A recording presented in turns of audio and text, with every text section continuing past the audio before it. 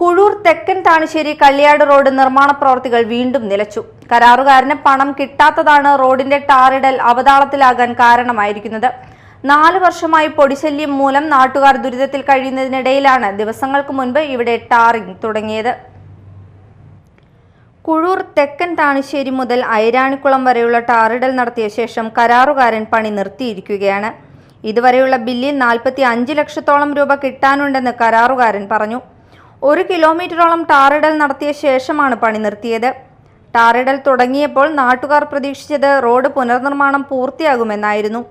ശേഷിക്കുന്ന ഭാഗം ഇനി എന്ന് ടാറിടും എന്ന കാര്യത്തിൽ നിശ്ചയമില്ലാത്ത അവസ്ഥയിലാണ്.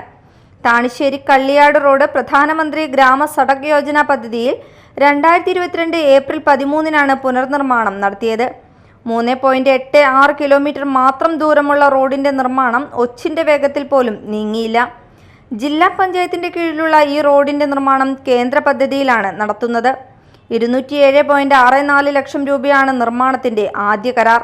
കൂടാതെ 18.69 ലക്ഷം രൂപ 5 വർഷത്തേക്കുള്ള അറ്റകുറ്റപ്പണികൾക്കുണ്ട്. എന്നാൽ ആദ്യ കരാറുകാരൻ പണി ഉപേക്ഷിച്ചു പോയതിനെ തുടർന്നാണ് ശേഷിക്കുന്നത് പൂർത്തിയാക്കാൻ മറ്റൊരു കരാറുകാരന് നൽകിയത്. ഫണ്ട് ലഭിക്കുന്നില്ലെന്ന് പറഞ്ഞാണ് ഇപ്പോൾ കരാറുകാരൻ പണികളിൽ മെല്ലെപ്പോക്ക് നയം സ്വീകരിച്ചത്. ജനപ്രതിനിധികളും നേതാക്കളും ഉദ്യോഗസ്ഥരും നൽകിയ ഉറപ്പുകൾ പാലിക്കാതെ വന്നപ്പോൾ വർഷങ്ങളായി പൊടി തിന്നു ജീവിക്കേണ്ട അവസ്ഥയിലാണ് നാട്ടുകാർ. Media time, Mala.